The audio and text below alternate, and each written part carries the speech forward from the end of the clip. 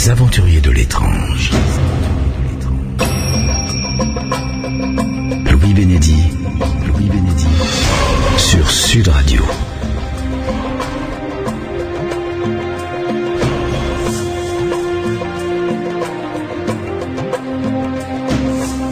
Bonsoir et bienvenue dans les aventuriers de l'étrange. Vous le savez, notre corps est constitué à 80% d'eau, un petit peu plus.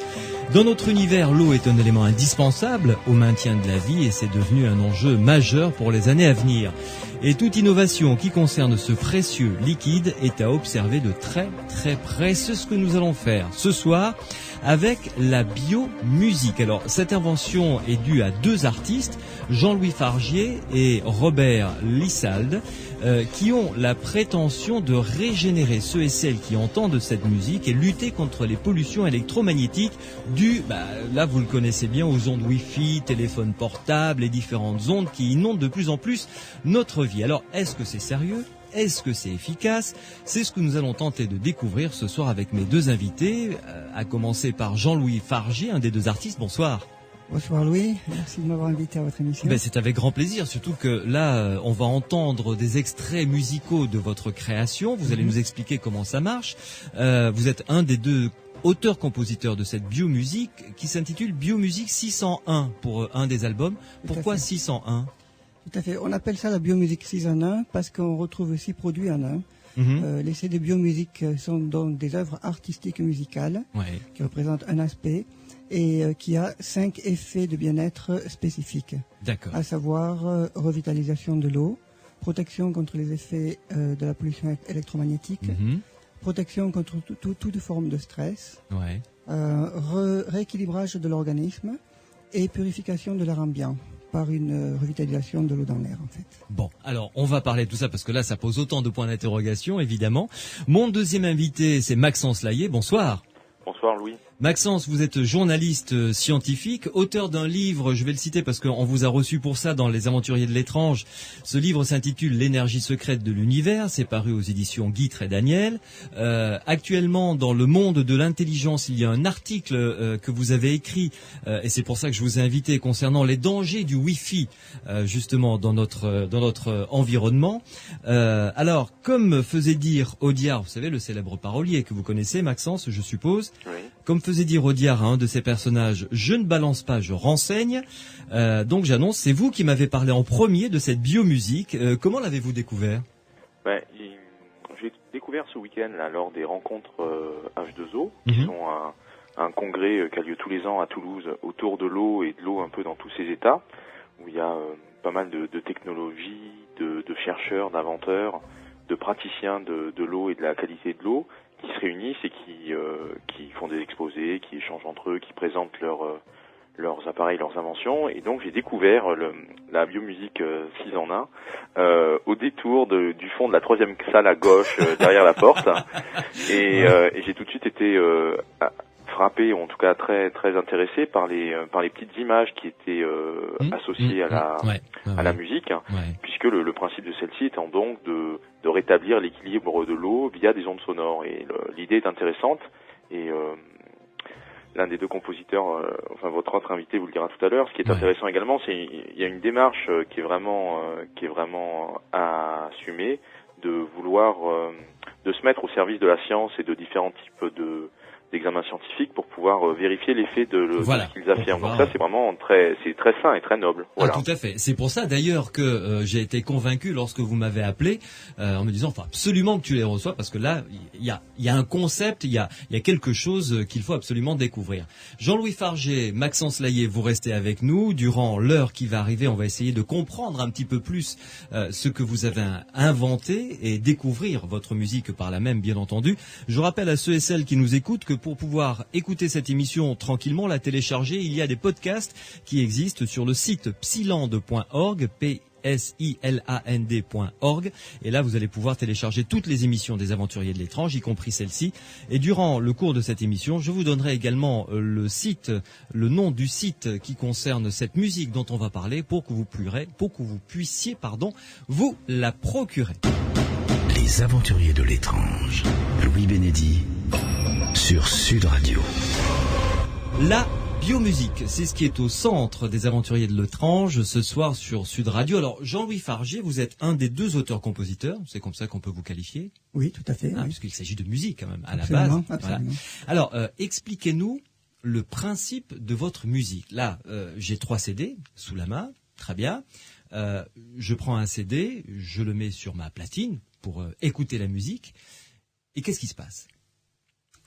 Alors, ce qui se passe, en fait, c'est que vous avez une musique artistique qui se joue lorsque vous mettez le son. Ouais. Et, il y a de la mélodie, il y a des tempos, voilà, tout à fait. C'est une musique, violon, voix. Absolument. Nous sommes spécialisés, en fait, dans le style, je dirais, lounge, chill out, d'un point de vue artistique. C'est quoi? Tout ce qui est musique détente, down tempo, voilà, down tempo avec des rythmes assez doux et un peu dans le marché de genre Café Del Mar, ce genre Dabar, ce genre de marché-là, voilà. Et nous avons donc 3 noms d'artistes que nous utilisons d'un point de vue artistique pour, si vous voulez, vendre notre musique au sein de ce marché, et qui sont Kinema, Arnica Montana et Monte Cristo. Nous avons donc un album de chaque artiste et la particularité donc commune de tous ces albums, c'est qu'ils incorporent un procédé que nous avons donc développé ces dernières années et que l'on appelle la Biomusic Season 1. Et ce procédé donc consiste à créer ce que nous appelons des champs uniformes d'ondes sonores. Et des champs uniformes d'ondes sonores. Absolument. Bien. Et ces champs donc ont la particularité de envoyer une information positive revitalisante sur l'eau. L'eau, en fait, est la clé de tout le procédé derrière la Biomusic Season 1. Et lorsque vous envoyez une information positive revitalisante sur l'eau, vous arrivez à la maintenir par ce procédé dans un état d'équilibre harmonieux, comme on la retrouverait naturellement dans la nature, sous des conditions où il n'y aurait pas, par exemple, aucune pollution et aucun stress, etc. Ouais. Alors, ce que vous êtes en train de me dire, je vais essayer de le traduire et vous allez me dire si j'ai bien compris. Lorsqu'on écoute votre musique, cette musique propage des ondes qui touchent toutes les molécules d'eau qui sont aux alentours. On est d'accord? Absolument.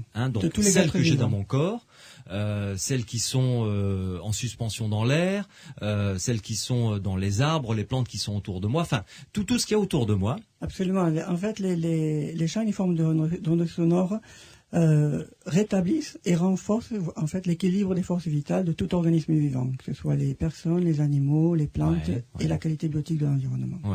Et ça ça les nettoie en quelque sorte, ça les remet comme si c'était de l'eau de pluie pure qui venait tomber pour la première fois. C'est-à-dire oui, ça les rééquilibre, ça permet à l'eau de retrouver son état originel, naturel.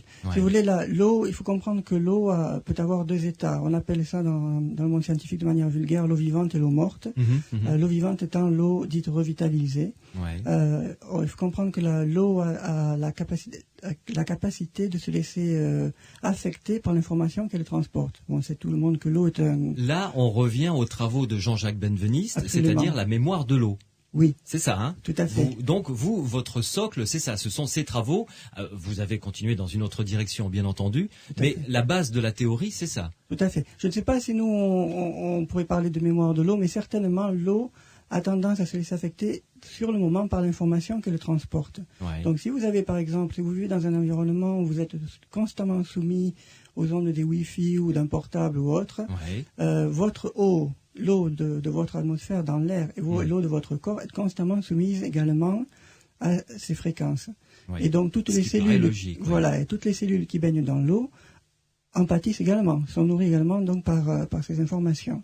Lorsqu'un CD Biomusic Season 1 joue, vous empêchez en fait, il agit comme un bouclier qui, en maintenant l'eau dans son état naturel revitalisé, empêche toute fréquence néfaste d'avoir un effet perturbateur sur la molécule d'eau. D'accord. Voilà. Et donc de là, il s'en découle justement les effets dont on parlait tout à l'heure de protection contre toute forme électromagnétique, protection contre toute forme de stress, parce qu'un stress c'est la même chose. Pour nous, tout est fréquence dans la vie. Et un stress, quel qu'il soit de nature venant d'une autre personne, de soi-même, quel qu'il soit environnemental, est une fréquence qui circule par l'eau dans l'air et donc l'eau dans le corps. Ouais. Mais alors, dites-moi, Jean-Louis Fargier, ça vous a pris combien de temps pour réussir, d'abord, découvrir ça, et deux, réussir à le mettre au point. De nombreuses années. Oui, j'imagine. Plus de 10 ans, en fait. Ouais. Cela dit, on faisait nos recherches en parallèle de notre travail de création de musique artistique. Voilà. Ouais. C'est tout un travail. En fait, la biomusique, c'est assez complexe. C'est quelque chose que l'on crée tout au long du processus créatif, pardon. Et je donne souvent l'analogie d'une crème pour le corps pour essayer de faire comprendre un petit peu comment nous créons le procédé. Oui. Et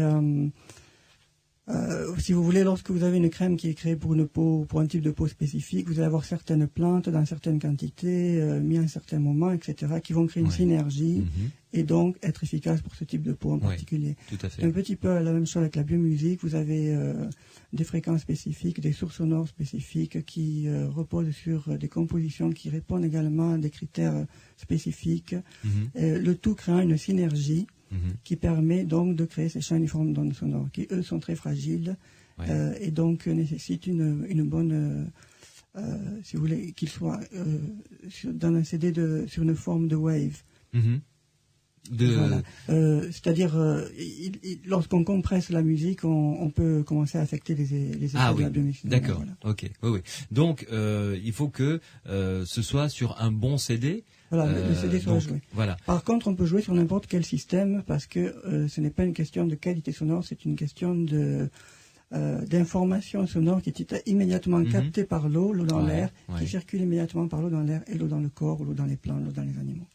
Mais alors, j'imagine que quand vous êtes arrivé à ça, il a fallu le tester, au moins voir si ça fonctionnait, si ça avait une quelconque efficacité. Et les premiers cobayes, ça a été vous, j'imagine, non? Absolument, oui. Nous et des amis proches. Et, si vous voulez, il se trouve que Robert et moi-même avons la particularité d'être très sensibles en fait aux fréquences. Lorsque les portables sont sortis, personnellement, je ne pouvais pas tenir un portable dans ma poche ou le mettre près de l'oreille. J'avais immédiatement des picotements, des réchauffements, jusqu'à même des douleurs. Et Robert, lui, a la chance d'habiter en fait très près d'une antenne téléphonique également. Donc il a subi des conséquences. Il a tout essayé pendant de nombreuses années. Et rien n'y a fait jusqu'au jour où nous avons mis finalement au point la biomusique et qui a beaucoup aidé en fait à arrêter ce phénomène-là. Voilà. Alors là, vous parlez de protection concernant tout l'environnement électromagnétique, c'est-à-dire les Wi-Fi, c'est-à-dire Internet, et le téléphone portable, évidemment. Tout à fait. Et ensuite, vous avez parlé de stress et quelles sont les autres applications? L'autre application, c'est un rééquilibrage général de l'organisme, en fait. Parce que lorsque vous permettez à la molécule d'eau d'être rééquilibrée, il se crée un rééquilibre naturel cosmotellurique, c'est-à-dire on est mieux ancré, si vous voulez, mieux entre guillemets connecté, qui permet aux informations de circuler. On est constamment dans la vie de tous les jours, on n'a peut-être pas conscience, mais il y a une circulation constante d'informations à l'intérieur de l'organisme qui nous permet justement de conscientiser telle ou telle chose, que ce soit pour des choses mondaines de la vie, comme faire les courses, comme pour d'autres questions bien plus profondes à résoudre dans notre vie quotidienne. Vous avez rencontré des scientifiques, on va en parler tout à l'heure. Vous avez même demandé à des scientifiques de travailler sur votre procédé pour voir si on peut le valider de manière scientifique. Parce que j'imagine que quand vous allez voir un physicien, par exemple, et vous employez le terme de cosmotellurique, il doit vous regarder un peu bizarrement, non? Oui, enfin, si vous voulez... lorsque je vous parle de cosmotellurique, ça a l'air d'être extraordinaire, mais c'est tout simple. En gros, c'est avoir les pieds sur terre et un peu la tête dans le ciel, ce qui permet d'être tout simplement rester un petit peu dans son axe et essayer de vivre sa vie sur son identité, quoi. Ce ne sont pas du tout pour nous des domaines ésotériques ou autres. C'est la réalité de la vie.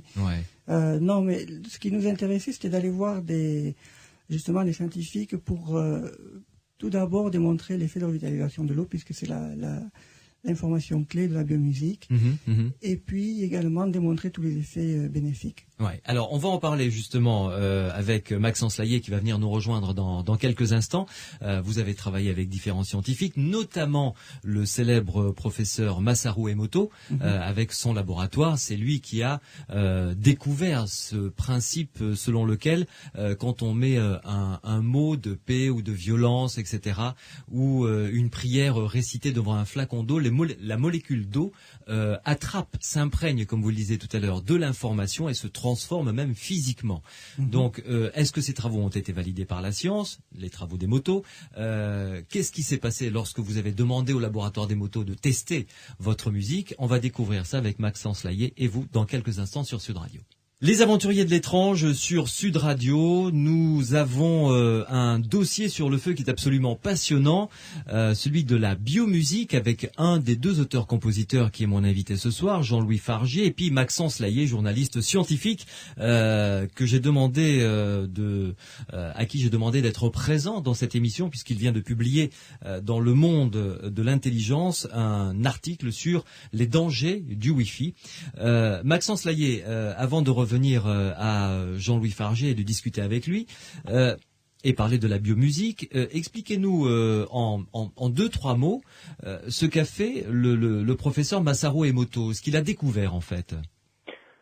Alors, donc Masaru Emoto, c'est un japonais qui a une démarche qui commence à être justifié de façon scientifique par des études qui montrent son effet en faisant des expériences dans des facultés et tout ça, mais qui au départ a d'abord fait un travail très qu'on peut qualifier d'esthétique, c'est-à-dire que il a, comme vous l'expliquiez tout à l'heure, il a pris des échantillons d'eau qu'il a exposés à différentes forces, à différentes influences extérieures ou environnementales.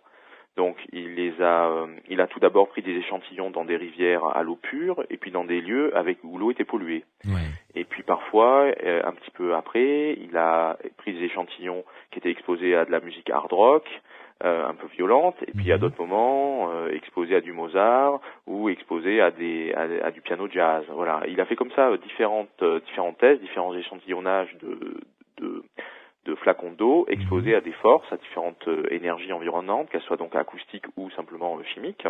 Et ensuite, ces échantillons, exposés, non exposés, pollués, non pollués, il les a congelés, il les a transformés en glace, il les a mis dans des petites coupelles, donc qui sont passées au congélateur, et après, au bout de quelques jours, il les a ressortis du frigo, et il les a laissés se dégeler, puisque donc là, l'eau s'était transformée en glace, donc elle avait adopté une structure de cristal, comme les fameuses images de cristaux, de flocons de neige qu'on a tous vus. Oui, tout à fait. Et donc, et tout le monde sait que les flocons de neige sont tous uniques, donc il avait l'hypothèse que la cristallisation de l'eau allait donner une indication sur justement la qualité de l'environnement et avait pu modifier la structure de la molécule d'eau, la structure cristalline qu'allait adopter l'échantillon d'eau en devenant glace. Ouais. Et donc il laisse décongeler ces petits échantillons d'eau et il les prend en photo au moment où donc ça, il raconte un petit peu les difficultés de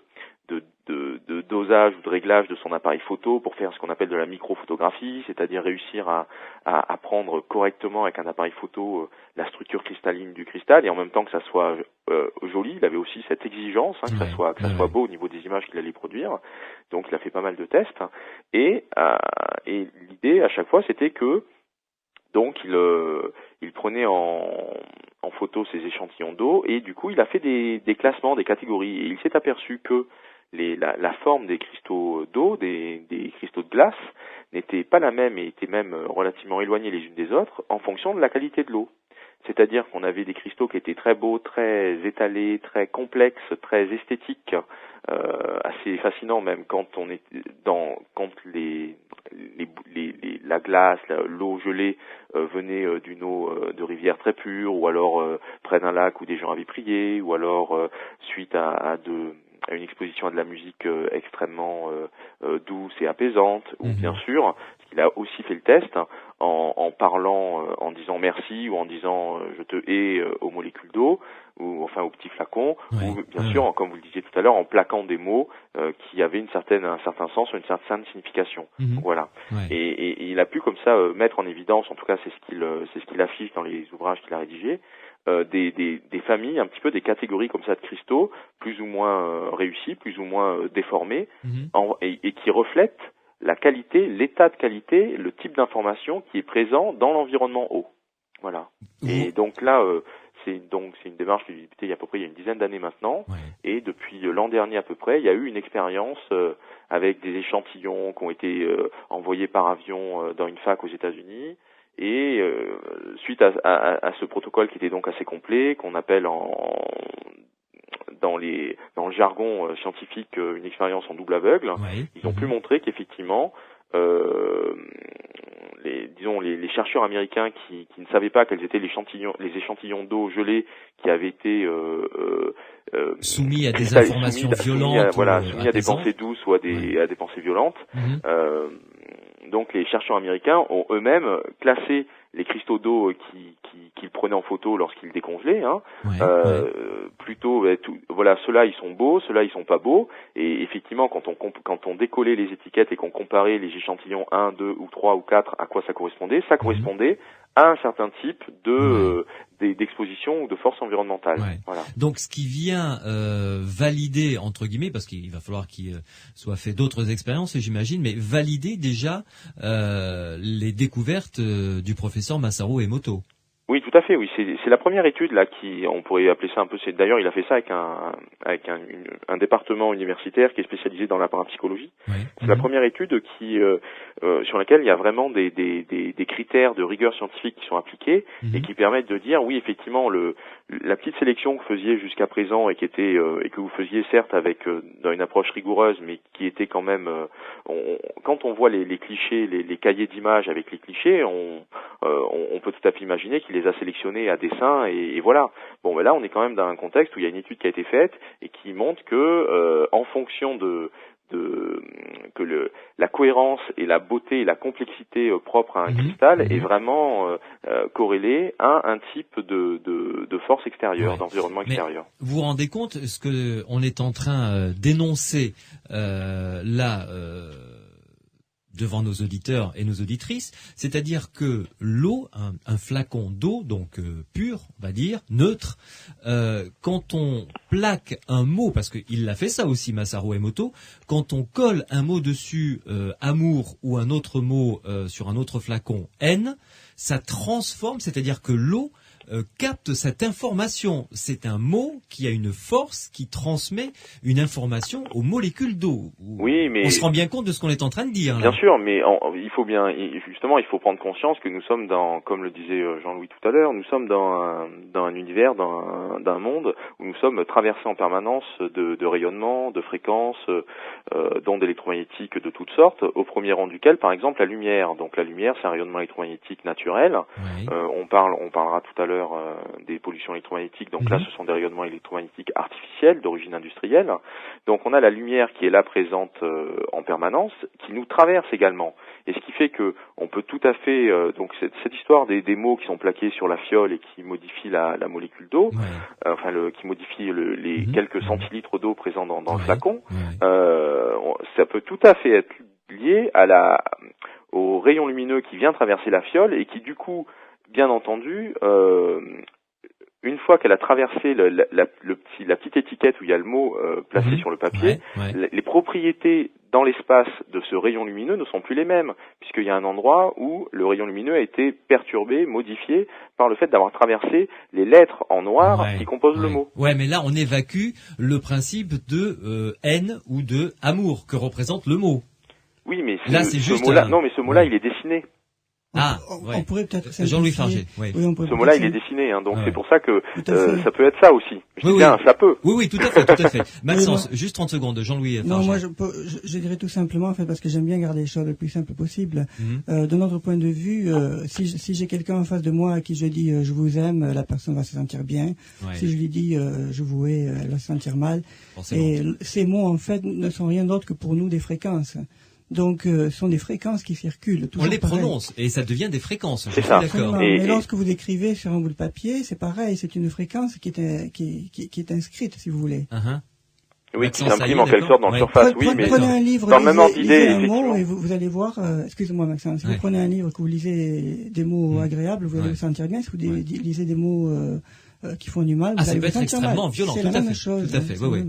Oui, c'est ça, c'est-à-dire qu'il y a effectivement un ordre, par rapport à l'exemple que tu citais, Jean-Louis, il est vrai que, et là, ça fait 30 ans que les mesures ont été faites dans des labos, notamment aux États-Unis, des états d'amour et de compassion et de paix intérieure ou de bienveillance envers l'environnement s'accompagnent ce qu'on appelle une cohérence cardiaque, d'une cohérence dans le battement du rythme cardiaque qui du coup se reflète dans le champ électromagnétique, dans le champ d'énergie que rayonne le cœur. Parce que le cœur est le principal centre d'énergie électromagnétique, centre magnétique du corps, avec un champ qui est très puissant, 1000 fois plus puissant que l'activité électromagnétique du cerveau. Et donc ce centre palpitant qu'on sait mesurer, c'est l'électrocardiogramme ou c'est le magnétocardiogramme. Quand on est dans un état d'amour, il pulse, il bat d'une façon très cohérente et donc très harmonieuse par rapport à l'environnement, ce qui n'est pas le cas quand on est dans des états émotionnels intenses comme la colère, la peur et ainsi de suite. Alors, Maxence Laillé, question courte, réponse courte. Donc, les découvertes du professeur Emoto sont a priori fiables. Eh bien, en tout cas, on a et ça c'est une première. L'an dernier, il y a une expérience qui a été faite et qui a été donc publiée dans une revue scientifique qui atteste, qui valide de façon scientifique ce que celui-ci faisait un peu tout seul avec sa propre cuisine jusqu'à présent. D'accord. Jean-Louis Fargé. Donc, je reviens à vous. Vous avez demandé au laboratoire du professeur Emoto de tester votre biomusique. Déjà, je trouve ça intellectuellement sain de votre part. Parce que vous dites, écoute, moi je pense que ça fonctionne, donc on va leur envoyer et ils vont nous dire, eux, avec tout leur matériel et leur savoir scientifique, si ça fonctionne ou pas. Donc déjà, intellectuellement, bon point. Merci. C'est tout à fait normal et comme démarche en ce qui nous concerne, parce que pour nous, il est très important de divulguer la biomusique au plus grand public possible. En ce qui nous concerne, personne ne nous a demandé notre avis vis-à-vis de développer la technologie de la manière dont elle est développée. On va peut-être s'y prendre différemment et faire certaines vérifications avant, mais cela n'est pas nécessairement possible dans ces milieux-là. Donc, il est important pour nous de la faire connaître au plus grand public possible. Et donc nous avons approché, en fait, Masaru Emoto a des laboratoires au Japon et aux États-Unis et au Liechtenstein. Donc on est allé au Liechtenstein, c'était le plus près. Oui, et, vous habitez à Londres, faut le dire, en Angleterre. Oui, donc c'est vrai que Liechtenstein c'est mieux. Voilà. Et en fait, ça ne s'est pas fait tout seul. Ils ont attendu plusieurs mois pour bien voir si nous étions sérieux dans notre démarche, etc. Et je suis allé moi-même là-bas, je les ai rencontrés. Je n'ai pas rencontré Masaru Emoto, mais j'ai rencontré personne qui s'occupe du laboratoire. Et donc, quelques mois plus tard, le premier CD de Kinema a été testé. Nous avons obtenu de très beaux cristaux. Et lorsque nous avons eu les deux autres CD, nous leur avons demandé s'ils voulaient bien également les tester. Ils ont cette fois accepté de le faire immédiatement. Et nous avons également obtenu de très beaux cristaux à nouveau. Et nous avons maintenant un enthousiasme certain de la part de l'équipe d'Emoto, puisque le fils de Masaru Emoto, Hiro Emoto, qui est basé lui en Californie, nous a proposé de faire connaître la biomusique aux États-Unis. Ah oui, carrément. Donc c'est que ils sont persuadés que votre procédé fonctionne. Absolument, oui. Absolument. Mais qu'est-ce qu'ils vous ont dit lorsqu'ils vous ont appelé pour vous donner les... D'ailleurs, ils vous ont peut-être envoyé un mail pour vous donner les premiers résultats, ou ils vous ont appelé concrètement, ça s'est passé comment? En fait, oui, on correspondait par email et lorsque les tests étaient finis, j'ai reçu un email pour me dire que voilà, c'était prêt. Je les ai appelés, on a discuté, ils nous ont dit qu'ils avaient obtenu de très beaux cristaux, qu'ils étaient ravis pour nous et et pour le produit. Et ils nous ont demandé d'être très prudents dans la manière dont nous communiquons. Donc, bien évidemment, on ne peut pas dire n'importe quoi par rapport à cela. Ce que les tests d'Emoto montrent, c'est qu'effectivement, il y a un effet de revitalisation de l'eau. Et en fait, il faut comprendre que l'eau, lorsqu'elle est dans un état revitalisé, les molécules d'eau ne peuvent pas être, ne restent pas seules. Elles sont toujours liées entre elles. Et une eau revitalisée est idéalement faite de 6 molécules d'eau liées entre elles. C'est pour ça qu'on l'appelle également eau hexagonale, parce que ça crée un petit peu comme un hexagone. Et c'est pour ça que les cristaux d'eau glacée ressemblent un petit peu, si vous voulez, des étoiles à 6 branches. Oui. Voilà. Donc c'est ça en fait qui démontre l'effet de revitalisation de l'eau. Pardon, allez-y. Oui, je voulais poser une question à Maxence Laillé. Pour vous, est-ce que ce test donc réalisé dans les laboratoires du professeur Masaru Emoto sont intéressants quant à leurs résultats? Oui, ils sont intéressants au sens où c'est à mon sens, pour moi, c'est un premier indice. Il y a aussi d'autres tests qu'ont fait Jean-Louis et son camarade compositeur lié à l'effet Kirlian.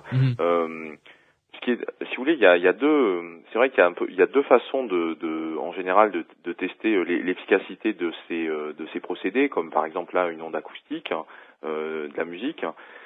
Soit par rapport, si vous voulez, par rapport à la pollution électromagnétique, il y a pas mal de protections qui existent. Et il y a deux façons de le mesurer. Soit on fait de la mesure avec un appareil qui mesure la puissance du champ rayonné et on vérifie si ça a protégé, si ça a filtré, si ça a diminué la quantité d'énergie qui était présente et qui du coup envahit les personnes et peuvent les rendre plus ou moins malades. Ou alors on va utiliser ce qu'on va appeler des marqueurs biologiques. C'est-à-dire que au lieu de faire une mesure d'ordre physique avec un appareil électronique qui va mesurer le champ électrique, le champ magnétique, etc., là on va utiliser un marqueur biologique. Donc ça peut être une prise de sang. On va mesurer et on va vérifier la composition sanguine. Avant et après, pendant, c'est ça. Exactement. Oui. Avant, c'est souvent le cas, et après, ça permet de vérifier typiquement s'il y a un appareil qui est placé dans la maison et on refait des mesures 15 jours après, par exemple. Attendez, juste avant, parce qu'il faut bien qu'on comprenne là où on met les pieds. C'est-à-dire que lorsqu'on a du Wi-Fi, ce qui est quasiment le cas dans presque toutes les maisons maintenant, sauf chez vous, Maxence. Si, au contraire. Ah bon, moi, j'ai un Wi-Fi depuis 3 ans, justement. Bon, très bien. Alors, quand on a le Wi-Fi, quasiment dans toutes les maisons, le Wi-Fi a une incidence sur, je dirais pas la composition du sang, mais sur le sang.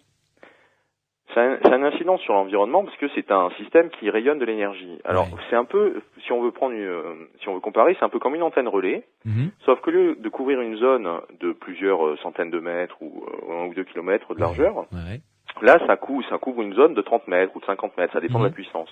Donc, ce qui fait que c'est comme si on avait une mini antenne relais chez soi, qui fonctionne un petit peu en permanence, et bien sûr, le rayonnement est un peu plus puissant quand on est en connexion entre son ordinateur et sa borne relais, et donc voilà. Donc soit le système, la borne rayonne un peu de façon passive en étant latente, en attente d'une communication, soit là ça rayonne plus quand elle discute avec l'ordinateur, comme quand on discute entre l'antenne relais et le téléphone mobile. Donc ça a une influence sur le sang.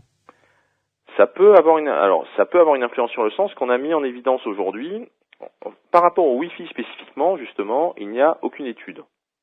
Aucune étude n'existe. Et là, les premières officielles, les résultats sont affichés moi, les responsables scientifiques avec lesquels j'ai discuté m'ont dit, oui, on aura des résultats dans 2 ou 3 ans. Donc, par rapport au Wi-Fi, aujourd'hui, c'est-à-dire par rapport à une technologie qui est disponible, mise sur le marché, commercialisée, aucune étude n'existe officiellement qui donne une indication sur l'impact. Donc on n'a aucune idée en amont de l'effet que ça va produire dans 5 ans, dans 10 ans. Super. Sauf que par rapport aux fréquences qu'utilise le Wi-Fi, on sait des choses. C'est-à-dire qu'il y a des études qui datent de 1995, qui sont les premières études qui ont montré que les rayonnements qu'on appelle hyperfréquences ou radiofréquences, c'est-à-dire ceux utilisés par tout ce qui est téléphonie mobile et Internet sans fil, donc ces fréquences-là, on sait qu'elles ont un effet sur l'ADN, sur les chromosomes et sur nos gènes. Elles ont un effet destructif, ça crée des dommages sur l'ADN, et les premières études datent de 95. Or, ces premières études ont été faites avec des rayonnements de l'ordre de 2,5 GHz, enfin 2,4 GHz, c'est-à-dire un rayonnement qui est celui du Wi-Fi. C'est-à-dire que ce n'est pas le Wi-Fi en tant que tel, au sens que l'information n'est pas codée de la même façon, mais on est sur la même fréquence que celle qu'aujourd'hui utilise le Wi-Fi. On est sur la même type d'onde porteuse. On peut faire le parallèle entre les deux. Là, en l'occurrence, on a un indice qui suggère qu'il y a un effet qui est pas super sympa. D'accord. Et là, ça a pour effet, parce qu'on va revenir après à la biomusique de Jean-Louis Fargé et Robert Lissalde. Donc, ce que vous êtes en train de nous dire, c'est qu'on peut dire que le Wi-Fi peut avoir un effet sur l'ADN. Exactement. Les pollutions électromagnétiques en général peuvent avoir un effet sur un peu tout, quoi. C'est-à-dire que ça va perturber l'activité cérébrale, ça va modifier la sécrétion de nos hormones dans l'organisme. Concrètement, on va avoir un peu plus d'adrénaline que ce qu'on en a normalement. Et puis donc on peut avoir des bilans sanguins qui vont présenter des anomalies, mais ça, ils auront une anomalie à cause du taux d'hormones. Ils auront pas, c'est pas directement lié au sang. Et puis aussi, le Wi-Fi, comme on est sur une fréquence très élevée, on est donc sur des longueurs d'onde très courtes. Et la particularité du Wi-Fi ou également du Bluetooth, c'est qu'on est sur la famille d'ondes. C'est ça aussi qui est très très important, c'est qu'on est sur la famille d'ondes qui sont optimisées qui sont optimum pour agiter les molécules d'eau. C'est là où on fait la passerelle avec ce que propose Biomusique. C'est-à-dire que en fait, tous les rayonnements de la téléphonie mobile et du sans-fil et tous les rayonnements électromagnétiques en général peuvent agiter les molécules d'eau. C'est comme ça qu'on fait bouillir son eau, par exemple, en soumettant de la chaleur, donc des rayonnements infrarouges. Mais il se trouve que le 900 MHz du GSM ou alors l'UMTS à 2100 MHz ou alors le Wi-Fi à 2400 MHz, plus on augmente la fréquence, plus on est sur des longueurs d'onde réduites et donc plus on va agiter la molécule d'eau parce que la molécule d'eau, entre guillemets, absorbe une quantité d'énergie, absorbe une partie du rayonnement. Et l'optimum, la fréquence optimum, j'en ai encore parlé le week-end passé avec un thésard, un docteur S-Sciences qui a fait son sujet de thèse là-dessus, c'est à 2500 MHz, c'est-à-dire à 2,5, le Wi-Fi étant à 2450, et c'est à 2500 qu'on a l'onde optimum pour agiter la molécule d'eau, c'est-à-dire pour pour la réchauffer. C'est d'ailleurs pour ça aussi que le four à micro-ondes est à 2450 MHz. D'accord. Voilà. Maxence Laillé, une pause pour vous. Jean-Louis Farget, je me tourne vers vous. Sur Sud Radio, dans Les Aventuriers de l'étrange, on essaie de comprendre la biomusique, dont vous êtes un des deux auteurs-compositeurs. Donc, d'après ce que nous dit Maxence, il est urgent de trouver un procédé qui puisse nous protéger de tous ces rayonnements. Et donc, d'après vous, ce que vous créez, la biomusique, peut avoir un effet tout à fait bénéfique face justement à ces agressions de rayonnement dont on est victime tous les jours avec le Wi-Fi, le Bluetooth, le téléphone portable. Absolument, comme je le disais au début de l'émission, ce sont les champs uniformes d'ondes sonores que nous diffusons par la biomusique 601 qui permettent d'agir en tant que bouclier, en quelque sorte, contre cette pollution électromagnétique. En maintenant l'eau dans les molécules d'eau que l'on a dans le corps, dans son état revitalisé. C'est-à-dire ça empêche à ces fréquences d'avoir un impact néfaste sur l'eau. Et donc sur notre organisme qui baigne dans l'eau. D'accord, mais à contrario, est-ce que ça perturbe je veux dire, si par exemple j'écoute votre musique et que j'ai mon ordinateur portable Wi-Fi à la maison, est-ce que ça va perturber c'est idiot ce que je dis peut-être, mais les informations qui vont arriver sur mon ordinateur? Non, absolument pas. D'accord. Non, nous travaillons sur le monde vivant, pas sur les machines. Oui, je suis d'accord avec vous. Donc non, absolument pas. Et alors, en arrivant dans le studio tout à l'heure, vous m'avez dit, en plus, vous allez pouvoir bénéficier d'un scoop ou d'une avant-première, parce que nous sommes allés plus loin encore après les laboratoires des motos pour tester notre biomusique. Nous sommes adressés à un autre scientifique pour cette fois-ci nous intéresser au sang lui-même. Et vous m'avez apporté des photos. Alors, expliquez-moi en quoi consiste cette expérience. Tout à fait. Ouais, en fait, nous avons fait, avant de faire une expérience sur le sang, nous avons également fait une expérience avec l'électrophysionique, qui est un procédé En fait, l'électrophysionique, c'est l'effet kirlien avancé. C'est créé par Georges Adjo, qui est un des pionniers du kirlien en France, qui a amené un des premières personnes, ou la première personne qui a introduit le kirlien en France. Ouais. Alors, le kirlien, c'est, je pose ma main sur une plaque, par exemple. Les doigts, le bout des doigts, ou la main, et on prend une photo du champ vibratoire de la personne. Enfin, du champ vibratoire. Du rayonnement électromagnétique, si vous voulez, qui sort des doigts, qu'on émet de manière naturelle, que tout corps émet d'ailleurs. Voilà. Et on peut ainsi vérifier, lorsqu'une information circule dans l'organisme, si celle-ci a un effet sur le champ vibratoire de cette personne-là. Voilà. Et donc on s'est rendu compte, on a fait tester en fait tous les effets, et on a des effets très positifs, très concluants en ce qui concerne le rééquilibrage de l'organisme, l'effet anti-stress, l'effet contre la pollution électromagnétique. Nous avons pris des photos de la personne avant, à l'état normal, en utilisant un portable et le CD Biomusique 601. Et on voit très clairement que lorsque la personne utilise un portable, son champ vibratoire se réduit. Enfin, le champ électromagnétique. Le champ électromagnétique, parce que le champ vibratoire, ça inclut d'autres notions. Le champ électromagnétique de la personne est réduit, si vous voulez, de manière très drastique. Et lorsque elle continue de téléphoner, mais que le CD Biomusique 601 joue, non seulement le champ magnétique est restauré, mais il est également fortifié puisqu'il s'expanse sur les photos. Et on a et ça de manière très nette, hein, parce que j'ai vu les photos que vous mettez donc en ligne sur votre site. Oui. C'est effectivement assez spectaculaire le résultat. Absolument, oui, on était ravis. Et d'ailleurs, Georges Adjo, lorsqu'il nous a appelés également pour nous faire savoir qu'il avait obtenu des résultats extraordinaires, était lui-même très étonné, quoi, de voir d'avoir des résultats si clairs, quoi. Ouais. Nous avons également même fait les mêmes expériences avec les plantes. Alors, qu'est-ce que ça donne? Là, comment vous avez procédé? Oui. Si je comprends bien, on met une feuille également sur l'appareil qui prend la photo, et ensuite on expose la feuille aux fréquences de la biomusique Season 1, et on voit donc que le champ magnétique de la feuille s'expanse également et retrouve un équilibre total, quoi. Voilà. Alors donc de là, nous étions ravis, extrêmement heureux d'avoir ce genre de résultat. Nous savions qu'il fallait, parce que nous sommes toujours entre guillemets à la frange de la science vis-à-vis du corps scientifique établi. Parce que donc, oui, j'imagine bien. Vous dites bon, voilà, en allant voir, je sais pas moi, l'Académie des sciences, par exemple, pouvoir les plus rotors en France, ils sont pas mal, ils sont assez, tout à fait, oui. assez obtus. Donc vous allez voir l'Académie des sciences, vous leur dites voilà, bonjour, on a créé Biomusique 609, figurez-vous que ça régénère le champ électromagnétique, pour parler de l'effet Kirlian, ça enlève le stress qui est imprégné dans toutes les molécules d'eau. Là déjà vous avez leurs cheveux qui se dressent sur la tête et il y en a les 3/4 qui sont partis, et on a les résultats du labo des motos. Donc là le quart restant est déjà parti et puis l'hémicycle est entièrement vide. Alors il faut vraiment que vous vous frottiez là à la science pure et dure. Oui, absolument. Mais est-ce que c'est prouvable ça? Est-ce que, avec la science pure et dure, vous allez réussir notre prochaine étape, en fait, était d'essayer de faire des études sur le sang, parce qu'on s'est dit, après tout, si on arrive à avoir des résultats visuels flagrants sur le sang, il est plus difficile d'argumenter avec ça, quoi, contre cela. Voilà. Et donc, j'ai eu la chance, en fait, lors d'un festival de bien-être, de rencontrer une personne qui s'appelle Pam Layfield, qui est membre de l'International Microscopy Association et qui en fait utilise tout un appareillage microscopique pour faire des diagnostics de santé à ses patients par des analyses de sang.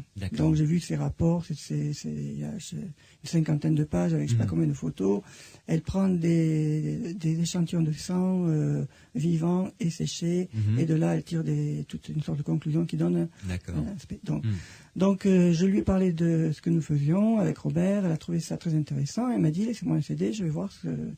Et en fait, elle a servi elle-même de cobaye puisqu'elle s'est choisie elle-même et une personne qui lui est proche, elle a choisi ça parce qu'en fait, elle sait qu'elle a un sang elle-même de très très sain, et que la personne qui lui est proche, c'est le contraire. C'est une personne pourri. Non, mais c'est une personne qui est exposée constamment justement aux ondes électromagnétiques, qui conduit un pétrolier, qui est soumis à des radars, etc. J'imagine. Voilà, et qui donc... elle connaît son sang, donc elle était intéressée de voir ce que ça allait donner. Elle a créé en fait les mêmes conditions que l'on retrouverait chez tout particulier, tout un chacun, c'est-à-dire dans une même pièce, elle a mis, il y avait un ordinateur, une télévision, il y avait un portable, deux portables, téléphone, un Wi-Fi, etc. Et ils se sont mis là dans les conditions comme si on vivait tranquillement chez soi. Et elle a fait une prise de sang évidemment avant l'expérimentation d'elle-même et de l'autre personne, une prise de sang après 1 heure d'exposition donc dans cet environnement, tout en continuant leur vie de tous les jours, voilà. Bien sûr. Une autre prise de sang après 1 heure exposée mais avec le CD Biomusique. D'accord, pour voir le parallèle. Pour voir le parallèle. Et ensuite, elle a continué l'expérience jusqu'à laisser tourner le CD toute la nuit. Voilà. Ok. Donc sortie de cet environnement. Non, toujours dans cet environnement. Toujours dans cet ils environnement. ont dormi tranquillement la nuit, voilà. Okay. Et donc on a constaté que finalement au bout d'1 heure le sang avait montré des effets assez catastrophique, parce que vous remarquez un phénomène d'acanthracite et érythrécite. Là, je suis paumé. Oui, moi aussi un petit peu. Donc, c'était pas bien, quoi. Voilà, tout à fait. Si vous voulez, en termes simples, les globules rouges se collent entre eux et forment des conglomérats, qui fait qu'ils ne peuvent plus pénétrer proprement le système capillaire. Avec toutes les conséquences que ça peut avoir. Système capillaire, on ne parle pas de cheveux, on parle de tout petits vaisseaux sanguins très très fins. Exactement, le système artériel, le système veineux et le système capillaire. D'accord. Voilà. Et au bout d'une heure où le CD biomusique jouait, on retrouve dans son cas, elle, pratiquement le même état de santé qu'au départ. Ouais. En tout cas, tout ce phénomène... C'est-à-dire bon est presque remis à zéro. Voilà. Quoi. Ouais. Et ensuite, lorsque la biomusique joue toute la nuit, on retrouve carrément l'état d'origine. Ouais. En ce qui concerne la personne qui était par contre déjà affectée, on retrouve un sang terriblement affecté après une heure d'exposition. Ouais. Après une heure d'exposition, mais avec la biomusique qui joue, le sang est dans un bien meilleur état qu'à l'origine. Ouais. Et après une nuit, on retrouve un plasma bien libéré. Il y a encore quelques petits effets rouleaux, entre guillemets, c'est-à-dire quelques globules collés entre eux. Mais à notre avis, c'est parce que cette personne a besoin d'avoir la biomusique qui joue pendant plus longtemps pour retrouver l'état... Oui, le cas est lourd, quoi, c'est ce que vous voulez dire. Absolument, voilà. Voilà. On va faire une pause, Jean-Louis Fargé, et ensuite je demanderai son avis à Maxence Laillé quant à cette expérimentation, parce que là, ça commence à devenir intéressant. On rentre un peu plus dans le côté scientifique pur et dur. Et là, ça devient vraiment, vraiment intéressant. À tout de suite. Biomusique, c'est le titre du dossier des Aventuriers de l'étrange ce soir sur Sud Radio avec deux de mes invités, Jean-Louis Fargé qui est un des deux artistes auteurs-compositeurs avec Robert Lissalde de cette biomusique, auteur-compositeur et inventeur d'ailleurs, et Maxence Laillé, journaliste scientifique à qui l'on doit notamment un article sur les dangers du Wi-Fi dans le monde de l'intelligence que vous pouvez trouver en kiosque actuellement. Maxence Laillé, vous avez entendu comme nous sur Sud Radio les explications de Jean-Louis Fargé tout à l'heure concernant cette expérimentation avec le sang. Quelle est votre opinion, vous, sur la validité de cette observation? Est-ce que ça vous donne envie de contacter cette scientifique, d'essayer de faire reproduire ailleurs cette même expérience? Qu'est-ce que vous en pensez? Bien, déjà, dans un premier temps, ce qui est intéressant, c'est que par rapport à tous les appareils qui affichent le fait d'être, toutes les technologies ou les pastilles ou les trucs là qui sont censés nous protéger de la pollution électromagnétique, il y en a pas beaucoup qui sont comme ça sur une logique, sur une démarche assez transparente et qui. Vous voulez dire que les concepteurs sont pas allés voir les scientifiques en leur disant voilà, je voudrais que vous testiez ça, quoi. Oui, il y en a aucune. Moi, j'ai quasiment jamais vu il y a c'est très très rare, elles sont très très rares les études scientifiques qui justifient de l'effet de la technologie vantée. Ouais. Et il y a en l'occurrence une autre technique, un autre appareil qui existe là, qui s'appelle OSH, qui se positionne aussi sur le rééquilibrage des molécules d'eau dans l'environnement. Mais de leur côté, c'est pareil, il n'y a pas d'études qui traînent, quoi. Et là, effectivement, on passe sur le stand de biomusique, et qu'est-ce qu'on voit il y a des photos médicales, il y a de l'imagerie médicale avec des cellules sanguines qui sont soit agglomérées les unes sur les autres après une heure de pollution électromagnétique, soit au contraire qui sont un peu plus détachées ou très très labiles les unes par rapport aux autres. Et donc ça c'est intéressant puisqu'on est donc dans cette famille du marqueur biologique. C'est-à-dire que en général, les protections des appareils électromagnétiques, quand on fait des mesures, l'appareil ne relève pas de différence. C'est-à-dire que les appareils de mesure électrique ou électromagnétique, les sondes, elles ne voient pas de différence avec la présence d'une pastille ou d'un appareil de protection ou s'il n'en avait pas. Et ce qui fait que là, on est sur des marqueurs biologiques, on étudie le vivant, on regarde comment le vivant réagit en présence ou en l'absence de l'appareil, de la technique. Et puis, et ici, en plus, là, on est avec quand même de la biologie moléculaire, de la biologie cellulaire. Et ça, on est dans ce qu'on dit des choses qui sont objectivables. C'est du lourd, si on veut, quoi. Si on veut un peu le dire comme ça. Oui. Et ce qui fait que, donc ces travaux-là sont vraiment très très intéressants, demandent à être répliqués, à mon sens. Bien entendu, les travaux qu'ont fait cette biologiste, cette microbiologiste sont ça demande à rentrer en contact avec elle, à discuter avec elle, etc. Vous voyez, à aller vérifier l'information si on veut faire un article là-dessus. Mais en tout cas, encore une fois, on est sur un nouvel indice qui vient corroborer les autres tests qui ont été faits auparavant, qui sont peut-être des tests qu'on peut appeler un peu plus énergétiques. Et là, donc, on est avec un test biologique avec des cellules vivantes, avec du sang humain. et in situ, c'est-à-dire donc en plus un appartement qui réplique assez bien la situation que peut vivre n'importe lequel de nos auditeurs, avec 2 ordinateurs, un téléphone sans fil, et puis il y a des prises de courant un peu partout, donc on est vraiment dans une situation comme un appartement moderne. Tout à fait. Ouais. Donc ça vous semble tout à fait aller dans le sens de l'efficacité de cette biomusique, ce test? Effectivement, même si... du moins, ça mérite qu'on s'y intéresse vraiment de très très près, là. En tout cas, voilà, il y a une démarche, il y a quand même comme je vous le disais, c'est la première fois que moi je vois une étude de ce type-là, avec des cellules sanguines qui viendraient donc supporter ou étayer la promesse faite par la musique en question. Ouais, Jean-Louis Fargé. Non, je voulais simplement rajouter qu'en fait c'est une première également pour Pam Layfield qui a fait les tests et qui elle-même était tout à fait étonnée, horrifiée déjà par les résultats et ravie par les effets de la biomusique. Elle était sceptique au départ peut-être, non? Non, pas du tout, mais elle était très neutre par rapport à ça. Elle s'est dit oui, on va voir ce que ça donne. Attitude de scientifique, c'est absolument, bien. mais par contre, quand elle a vu les résultats, elle était vraiment affolée, quoi. Et puis, lorsqu'elle a vu que effectivement les CD étaient très efficaces, elle nous a dit, écoutez, moi, je vais continuer les recherches, je vais continuer à faire beaucoup de tests pour vous, parce qu'il faut.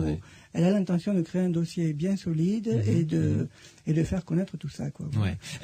Est-ce que Maxence Laillé, ça peut aboutir, ce genre de recherche, si on le fait de manière beaucoup plus rigoureuse, beaucoup plus répétitive, évidemment, à une publication scientifique?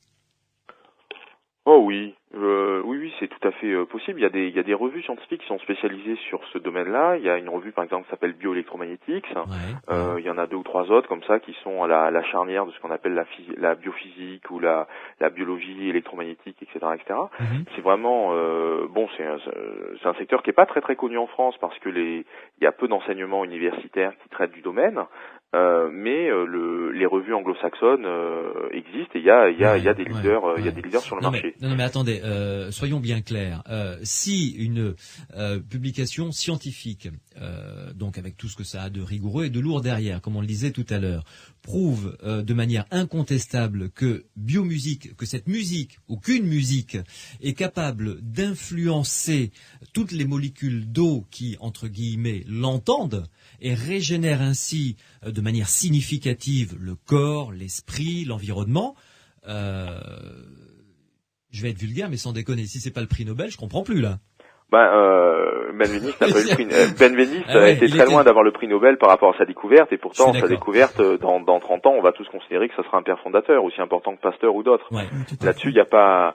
Malheureusement, c'est le sens de l'histoire, mais la grande différence entre aujourd'hui, à notre époque, et celle de Benveniste il y a 25 ans à peu près, ou oui c'est ça, c'était en 89, il y a 20 ans, c'est que la pollution électromagnétique, elle a centuplé et elle a été multipliée par 1000 depuis.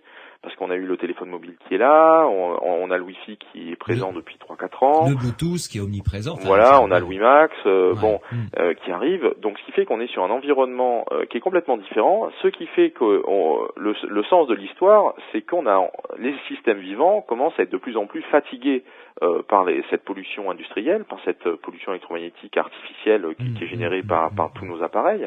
Et du coup, on a là l'actualité est très très chaude dans le secteur de la pollution électromagnétique actuellement.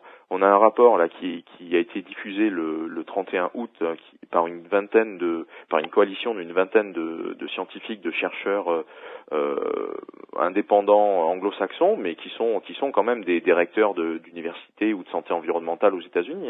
Donc on a une vingtaine de chercheurs anglo-saxons qui se sont réunis, certains étant spécialistes de la génétique, d'autres qui sont spécialistes de la biologie, d'autres qui sont spécialistes des tumeurs du cerveau, etc., et qui ont passé en revue 2000 études scientifiques et qui livrent leur rapport, là, de la synthèse du truc. Et ça fait beaucoup de bruit actuellement dans le monde anglo-saxon. Parallèlement à ça, concernant le Wi-Fi spécifiquement, on a le gouvernement allemand pendant l'été qui a une réponse à la réponse de la question d'un député vert au Parlement, au Bundestag, au Parlement allemand. Le gouvernement allemand a donc dit explicitement qu'il déconseillait l'utilisation de l'internet sans fil et aux connexions sans fil qui utilisent des ondes pour réduire au maximum l'exposition personnelle à des champs électromagnétiques haute fréquence. Et c'est-à-dire qu'il recommande à tous ses concitoyens de préférer des connexions filaires plutôt que sans fil. Ah oui, quand même. Et tout à l'heure d'ailleurs pour compléter la réponse que je vous avais donnée quand vous me demandiez si j'avais le Wi-Fi, oui, j'ai le Wi-Fi, ou en tout cas j'ai eu le Wi-Fi pendant 2 ans et demi, quasiment dès le départ, parce que moi je tiens à fonctionner comme n'importe qui, et donc j'ai un téléphone mobile, j'ai le Wi-Fi, etc., etc. Mais justement, je suis conscient, vigilant de ce qui peut se passer, ou je l'utilise d'une façon prudente, c'est-à-dire qu'il était allumé que une dizaine d'heures par jour, et la nuit on l'éteignait par exemple. Il se trouve quand même que depuis 2 mois et demi, parce que la borne, elle n'était plus installée à une dizaine de mètres de moi, mais elle était à 1,50 m ou à 50 cm dans mon dos. Depuis 3 mois, je suis revenu à une solution filaire, parce que je sentais très bien que j'étais un peu raplapla quand je m'installais entre mon Wi-Fi et mon ordinateur. D'accord. Ok. Donc, ce qui fait qu'on est dans une situation où le contexte fait qu'on ne peut plus nier les troubles sur l'environnement que fabrique toute cette famille de technologies. Et après, le problème, c'est que le consensus scientifique ne veut pas dire qu'il y a un consensus des institutions. Ce qui fait qu'aujourd'hui, on a un grand nombre d'études, il y a à peu près 55% des études qui sont sorties, il y a plusieurs milliers d'études qui existent, et donc plus de la moitié d'entre elles qui concluent à un effet sur la santé de tout ordre, d'un peu de toutes les manières possibles. Alors des fois on se rend compte que il y a un petit peu un taux de... Maxence, je voudrais faire parler Jean-Louis Fargé, juste quelques instants. Toujours est-il que voilà, actuellement il y a vraiment un consensus scientifique qui est en train de faire pression sur les institutions, qu'elles s'appellent l'OMS ou le ministère de la Santé. Et puis après il faut faire pression sur les industriels surtout. Voilà, mais justement les industriels plutôt que de je pense qu'on peut mettre en place des solutions intelligentes et qui vont aller dans le bon sens pour développer le marché. Parce que si on n'a que des malades, on ne peut pas développer le marché. Oui, c'est tout à fait d'accord. Dites-moi, Jean-Louis Fargé, le site internet sur lequel on peut avoir toutes les informations, parce que ceux et celles qui nous écoutent vont sûrement m'envoyer pas mal de mails ou passer des coups de fil au standard, évidemment, pour avoir des informations. C'est lorianamusic.com, musique à l'anglaise, M-U-S-I-C, donc Loriana, L-O-R-I-N-A, musique.com, pour avoir toutes les informations. De toute façon, on le mettra sur notre site internet, évidemment. Comment doit-on l'utiliser? Le côté pratique, parce que je vous avoue que on va écouter de la musique, votre musique, Biomusique 601, avant de se quitter. On passera un morceau en entier. Mais c'est de la musique apaisante, tranquille, mais je vous avoue que je suis un fan des Floyd, des Beatles, des Rolling Stones. J'ai peut-être pas envie d'écouter ça toute la journée quand même. Alors, ça se passe comment pour qu'on puisse en tirer les bénéfices? Oui, tout à fait. Alors, nous étions très conscients de cela. En fait, la Biomusique 601 un CD Biomusique 601 est assez spécial dans la mesure où on n'a pas besoin d'écouter la musique pour en bénéficier. De l'entendre, vous voulez dire, oui. Oui, de l'écouter ou de l'entendre. Oui, voilà. Donc on n'a pas besoin de prêter attention à la musique. En fait, on recommande aux utilisateurs des CD Biomusique 601 de les laisser jouer en mode répétition, tout l'album, surtout tout l'album, pas de manière aléatoire, parce que les albums ne sont pas faits par hasard, les titres se suivent d'une certaine manière. Une succession, d'accord. Voilà, il faut considérer en fait un album total, complet de Biomusique 601 comme un cycle complet, si vous voulez. D'accord. Voilà. Okay. Et donc, nous recommandons aux personnes de les laisser tourner de cette manière-là, en mode répétition, avec le son au minimum, de manière à ce que les fréquences se répandent, soient transformées de numérique en acoustique par les petits haut-parleurs. Alors, on peut utiliser toutes sortes de machines, ce n'est pas une question de qualité musicale, de qualité de haut-parleur. Oui, un petit lecteur CD suffit. Un petit lecteur CD suffit. L'autoradio, j'imagine, dans la voiture. Absolument, voilà. Ouais. Et donc, on conseille aux personnes de le laisser tourner constamment si possible, ou alors au moins pendant la nuit, parce que c'est le meilleur moment pour en profiter. D'accord, en le mettant vraiment au minimum. Il faut que l'on entende, en s'approchant des écouteurs, un petit peu de musique, ou on peut mettre le niveau à 0? Non, si vous avez un appareil numérique, vous le laissez à 1, 2 si vous n'êtes pas sûr de bien entendre. Si vous avez un appareil analogique, vous pouvez carrément tourner à 0, parce qu'on s'est rendu compte que la plupart diffusent de toute manière les fréquences. Oui, d'accord. Et voilà. Et puis vous laissez tourner le CD, vous laissez les portes entrouvertes de toutes les pièces dont vous voulez qu'elles bénéficient de la Biomusique 601. Pour vous donner un exemple, chez moi, personnellement, nous avions au départ, pendant 2 ans, nous avons eu l'album de Kinema, qui tournait en permanence, un CD dans la cuisine, un dans le studio au salon, parce que je travaille de chez moi, et un dans la chambre de mon fils. Donc on ne sature pas, c'est uniquement la biomusique permet uniquement de maintenir un état naturel de bien-être. D'accord. Mais attention, c'est pas le produit miracle qui va vous guérir si vous êtes malade. Non, absolument pas, bien sûr. Nous ne sommes pas des thérapeutes. Nous n'avons qu'une prétention à ce niveau-là. Et surtout, si vous utilisez la biomédecine, n'arrêtez pas tout traitement médical ou... Oui, on est bien d'accord. Hein, c'est pas la poudre de perlimpinpin. Non, pas du tout. Mais si vous voulez, les effets les plus communs de la plupart des personnes qui utilisent des biomédicines sont les suivants. On retrouve... déjà un très bon sommeil. Ouais. On retrouve un équilibre au niveau activité et repos. On a envie de se reposer quand c'est le moment et on est plein d'énergie durant la journée lorsque on en a besoin. Voilà. Donc on retrouve cela. On retrouve aussi un état plus calme et plus serein, vous voulez dire ? Plus serein, voilà, et en même temps plus alerte et plus focusé sur ce que l'on a à faire. Voilà. D'accord. Moi, je peux très facilement aujourd'hui passer 12 heures à 14 heures devant mon écran d'ordinateur sans aucune fatigue. Ouais. Absolument aucune. Pas mal. Et donc voilà, en fait, si vous voulez, pour surtout ce que les gens remarquent. Et puis aussi, avec le temps, on peut remarquer également, dans la mesure où un effet de rééquilibre se fait,